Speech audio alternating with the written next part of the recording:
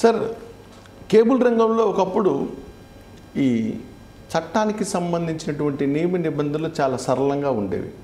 అంటే ఒక cable operator మరి బ్రాడ్కాస్టింగ్ రూల్స్ని వైలేట్ చేసి ఉల్లంఘించి ఆయా ప్రొడ్యూసర్ల అనుమతి లేకుండానే వారి యొక్క సినిమాలని వారి యొక్క అంశాలని కూడా మీరు నేరుగా ప్రసారం చేస్తూ ఉండేవారు. ఇప్పుడు మారిన విధానం ప్రకారము ఈ కేబుల్ ద్వారా మీరు అందించేటప్పుడు చాలా రకాల మీకు ఆంక్షలు కూడా ఒక అడ్డంకిగా మారినాయి. దాన్ని ఈ కేబుల్ ఆపరేటర్లు ఎలా అధిగమిస్తున్నారు? అది నిజంగా మీకు ఇప్పటికీ ఆ పరిస్థితి ఇబ్బందికరంగా ఉందంటారా, లేకపోతే దానికి తగ్గ ప్రత్యామ్నాయాలు మీరేమన్నా ఏర్పాటు చేసేసుకున్నారా? అంటే వాస్తవం సార్, మీరు చెప్పింది ఒక రకంగా కరెక్టే. అయితే డిజిటల్ మీడియా వచ్చిన తర్వాత ఏది కేబుల్ ఛానల్, ఏది యూట్యూబ్ ఛానల్, ఏది సోషల్ మీడియా ఛానల్ అనేది తెలియకుండా పోయింది. సో దీంట్లో ఈ వ్యవస్థని లక్షలాది మంది యూట్యూబర్సు ఎవరికి నచ్చిన కంటెంట్ వాళ్ళు అప్లోడ్ చేయటం, సినిమా థియేటర్లకు వెళ్ళి సినిమాలు తీసి అప్లోడ్ చేయటం, అంటే డిజిటల్ మీడియా విస్తరించిన తర్వాత స్వేచ్ఛ బాగా ఎక్కువైపోయిందని ఏది పడితే అది పెడుతున్నారు.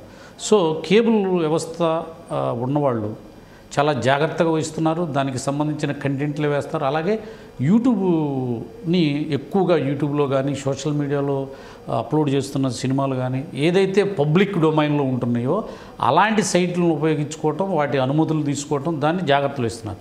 అదే ఎలాంటి అనుమతులు లేకుండా ఎలాంటి పరిమితులు లేని వాళ్ళ ఇష్టం.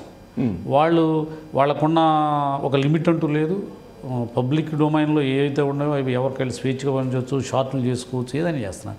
సో కేబుల్ వ్యవస్థలో ఉన్నవాళ్ళు కొద్దిగా బలమైన కనెక్షన్లు ఉన్న ఎంఎస్ఓలు కొద్దిగా నిబంధనల ప్రకారం వాళ్ళు టెలికాస్ట్ చేసే ఛానల్స్ కూడా అవి చక్కగా పాటిస్తున్నారు. వాటి నిబంధనల ప్రకారమే ముందుకు వెళుతుంటారు. రాంబాబు గారు, మీరు కేబుల్ రంగంలోకి రాకముందు ఛానల్గా మీరు సిటీ న్యూస్ తెలుగు ఛానల్ని ప్రారంభించకముందు ప్రముఖ మన జాతీయ ఛానల్స్లో కూడా పనిచేశారు. సాక్షి వంటి ప్రముఖ ఛానల్లో కూడా పనిచేశారు. అటువంటి ఛానల్స్లో పనిచేసినటువంటి మీకు సొంతంగా వినోదాన్ని పంచాలి, వార్తల్ని అందించాలి అనే క్రమంలో ఒక ఛానల్ని స్టార్ట్ చేసుకొని మీరు నడుస్తున్నటువంటి క్రమంలో ఎదుర్కొన్నటువంటి ఇబ్బందులు కానీ సాధించిన విజయాలు కానీ మచ్చుకు 2-3 మాకు ఉదాహరిస్తారా? సుదీర్ఘకాలం ఒక 20-25 ఏళ్ల నుంచి దాదాపు నేను పనిచేస్తున్న సమయంలో అన్ని పత్రికలు నన్ను చాలా గౌరవించే చక్కగా నేను తీసుకొని ఒక టైంలో వ్యవస్థ మారితే బాగుండు అనే ఆలోచన వచ్చింది. ఆ వ్యవస్థ మారితే పరంలో నేను ఇక్కడ ఒక కేబుల్ పెద్ద వ్యవస్థలో శిక్షణ తీసుకున్నాను. దానికి సంబంధించిన ఎంఎస్ఓ ట్రైనింగు, కేబుల్ కనెక్షన్ ఎలా ఇవ్వాలి ఏంటి అనేది ఒక అప్పట్లో 2015-16లో ఉంది. అప్పుడు నేను ఆ దినపత్రికలో శిక్షణ తీసుకుంటూ రిజైన్ చేశాను. రిజైన్ చేసిన తర్వాత నా శాలరీ హైక్ ఇవ్వటం, దాంతో అప్పటికిప్పుడు మీరు చెప్పిన దానికి డిజిటల్ మీడియా అంతగా విస్తరించాల, అంత కేబుల్ వ్యవస్థ బలంగా ఉంది. అప్పుడు ఎస్ఐటి అనే సిటీ కేబుల్ అనేది మన చిన్నప్పటి నుంచి ఉన్న ఒక బలమైన వ్యవస్థ. ఆ వ్యవస్థ ఏదైనా గ్రామీణ ప్రాంతాల్లో అయితే సిటీ కేబుల్ ఉందా అని అంటుండే. దాంట్లో భాగంగా వ్యవస్థని మన యాజమాన్యానికి నేను తెలియజేయటం, దాని మీద అనుమతులు తీసుకొని దాన్ని తీసుకోవడం, అంటే దాదాపు ఒక రకంగా ఆర్థికంగా లాభాల బాటలు పట్టబడినటువంటి వ్యవస్థలో ఇప్పుడు దాదాపు ఒక జిల్లాతో ప్రారంభించాం. కేబుల్ వ్యవస్థని వేస్తున్నాం, మళ్ళీ వైర్లెస్తో పాటు డిష్ నెట్వర్క్లు, ఇలా సేవలు విస్తరించుకుంటూ ఒక్కొక్క జిల్లా తీసుకుంటూ, అలాగే ఉపాధి కల్పించే దిశగా అంటే గ్రామీణ ప్రాంతాల్లో ఉన్న రిపోర్టర్లకి నాకు సుదీర్ఘంగా మార్కెటింగ్లో కూడా అనుభవం ఉంది.